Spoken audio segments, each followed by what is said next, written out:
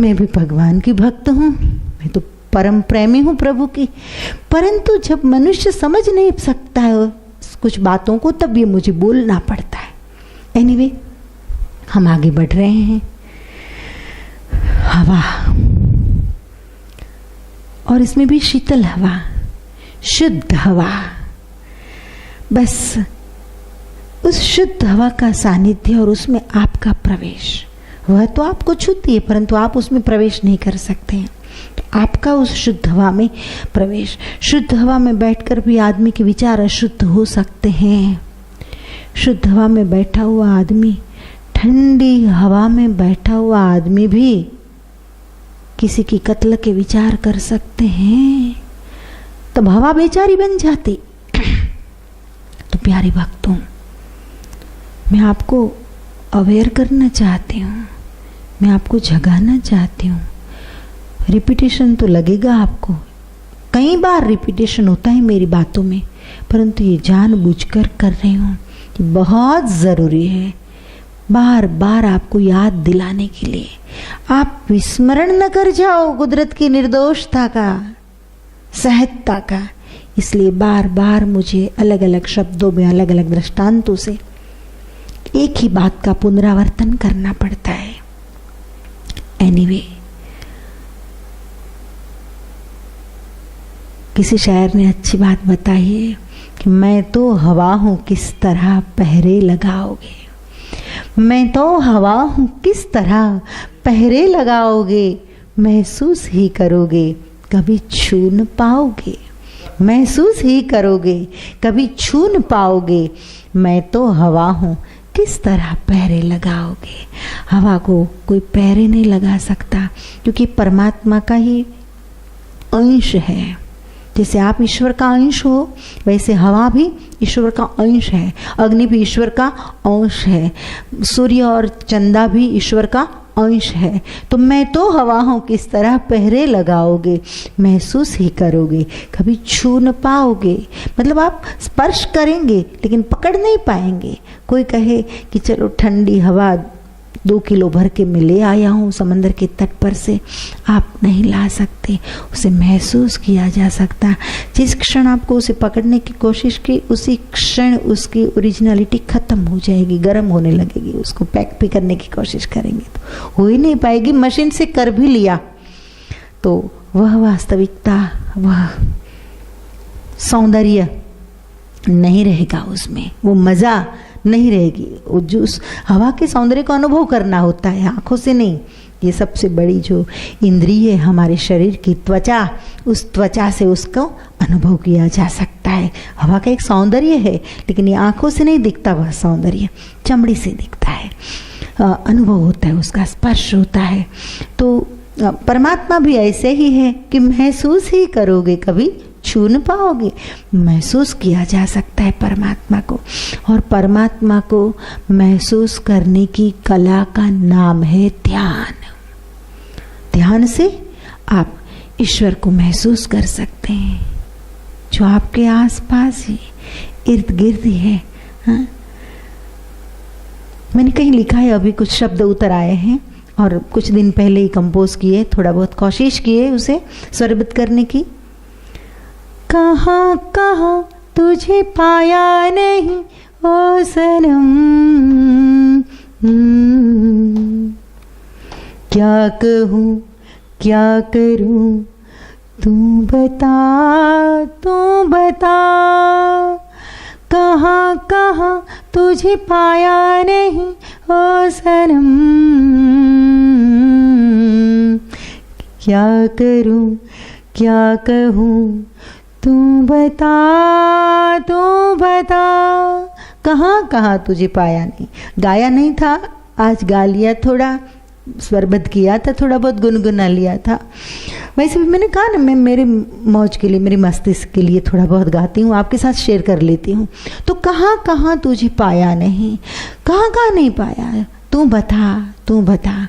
हाँ, तो हवा में, चांद में, सूरज में, सितारों में, संध्या के रंगों में, उषा की लाली में, ईश्वर तो अनेक स्वरूप से आपके सामने अपना खजाना खोलकर बैठा है, परंतु मनुष्य को लेना नहीं आता है।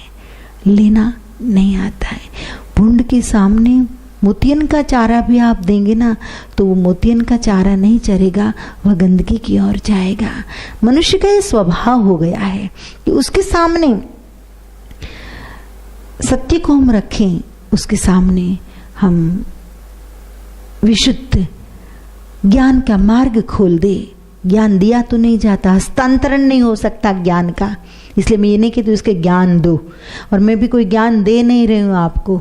मैं तो सिर्फ आपकी जो वास्तविकता है उससे परिचय करा रही हूँ आपका, इससे ज़्यादा कुछ भी नहीं। कोई ज्ञान पैसा नहीं है, चीज़ नहीं है, स्थूल चीज़ के हस्तांतरण हो पाए। मेरे पास था, मैं आज 10,000 लोगों को ज्ञान दिया, नहीं दिया। इतना ज्ञान अगर दिया जाता है तो दुनिया मूड क्यों होती जा रही है? साधु संत कथाकार बढ़ते जा रहे हैं दुनिया में दिन ब दिन, और सब कहते हैं हमने आज इतने 1000 लोगों को ज्ञान दिया। और वही भीड़ जो पंडाल में कुछ और करती है, बाहर जाकर कुछ और करती है। ज्ञान नहीं दिया जा सकता, मार्ग खुले रखकर दिखाए जा सकते हैं कि यहाँ कोई रास्ता है। तो एनीवे, बात हमारी ये चल रही है कि शीतल वायु प्रवेश ध्यान, ये सब भूमिका है। इतनी भूमिका के बाद चलो अब विधि की ओर हम जा रहे हैं।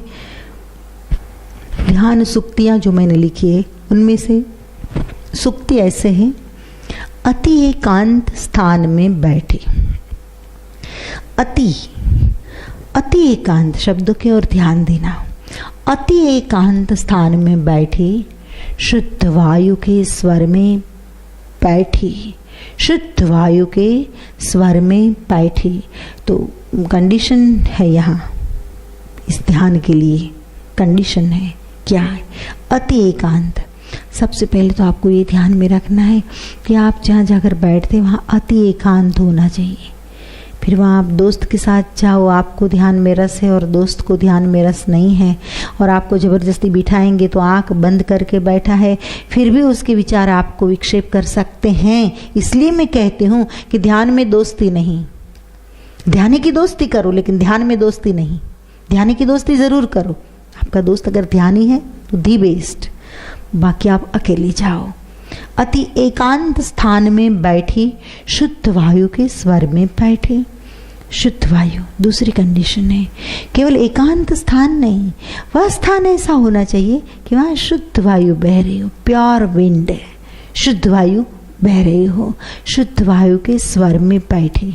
फिर तीसरी कंडीशन है, केवल वायु बह रही हो इतना नहीं, वायु बहती हो, उस वायु का स्पर्श भी होता जाएगा आपको, और उसका स्वर जंगल में से, झाड़ी में से जो गुजरती हुई सर्द हवा आ रही है, उसका साएं साएं साएं साएं जो आवाज़ आता है। वैसे साएं शब्द बहुत प्यारा है। साईं का अर्थ है परमात्मा, सिंधी लोगों का, सिंधी भाषा का शब्द है साईं, और हवा की आवाज़ भी आती है साएं साएं। ये एक संयोग है। अभी जो मुझे याद आ गई बात, ये एक संयोग है कि वो ये आवाज़ में ही परमात्मा परमात्मा, ये परमात्मा की आवाज़ है। साईं साईं, हवा भी रट रही है उसके नाम को, देखो, क्योंकि वह भी अंश है, आप भी अंश हो। परमात्मा का अंश हवा भी है और आप भी है। तो अति एकांत स्थान में बैठी, शुद्ध वायु के स्वर में बैठी। शुद्ध वायु के स्वर में प्रवेश करना है। जो स्वर एक हल्लाईबद्ध आवाज़ जो आ रही है, जिसका आप अर्थ नहीं निकाल सकते हैं, फिर भी आपके क्षणों को सार्थक कर देती है वह आवाज़, वह ध्वनि, स्पंदने जो उठ रहे हैं, साईं साईं, हवा की आवाज़ जो आ रही है, उसमें आपको प्रवेश करना है, इन्वॉल्व हो जाना है, उसमें इमर्ज हो जाना है, पूरी तरह से आपको डूब जाना है उस हवा में। फिर दत्त चित्त बनी तेहि को सुनहूं। कब डूब पाएंगे? जब दत्त चित्त मतलब टोटल इन्वॉल्वमेंट जब आपका होगा उसमें, संपूर्ण रूप से जब आप उस आवाज़ के साथ एक रूप हो जाएंगे, उसे सुनते सुनते सुनते। दत्त चित्त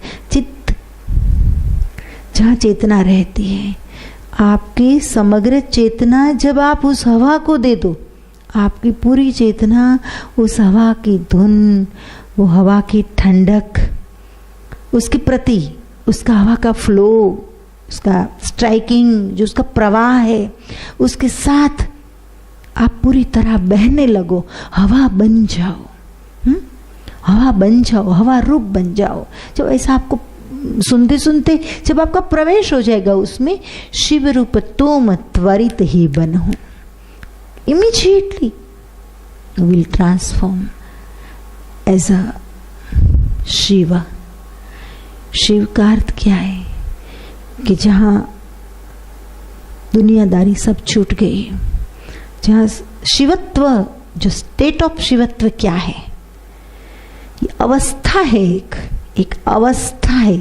वैसे तो शिव का अर्थ पंडितों को पूछेंगे तो कि कल्याणकारी, एक शाब्दिक अर्थ हुआ, एक शाब्दिक अर्थ, परंतु उसके भाव को अगर आप समझो, इम्प्लाइड मीनिंग जो इसमें है उसे समझने की आप कोशिश करो, तो शिव का अर्थ ये है जो सुख के पार गया, जो दुख के पार गया, जो योग के पार गया, जो भोग के पार गया, जो स्त्री के पार गया, जो पुरुष के पार गया, जो बचपन, जवानी, बुढ़ापा तीनों अवस्था से पार गया, जो पास्ट, प्रेजेंट एंड फ्यूचर से पार गया, समय से पार गया, यह है शिव। तो आपकी अवस्था एक ऐसी अवस्था हो जाएगी कि आप नर नारी से पार, सुख दुख से पार, अपने पराये से पार और समय के पार चले जाएंगे। और वही है मोक्ष, liberation, salvation, self realisation, parinirvana, whatever you want to say, you can say। शब्द वहाँ छोटे पड़ जाते हैं, परंतु ये चार बात इस विधि में ध्यान देने योग्य है। अति एकांत स्थान में आपको बैठना है। हाँ, दूसरी बात ये ध्यान रखना है कि जब आप बैठो तब भीतर की वायु और बाहर की वायु, उसमें तद्रूपता आ जानी चाहिए, उसमें तदात्म्य आ जाना चाहिए। एक बात का आपको बोध रखना है कि बाहर के पंच तत्व और मेरे भीतर के पंच तत्व वह अलग अलग नहीं है।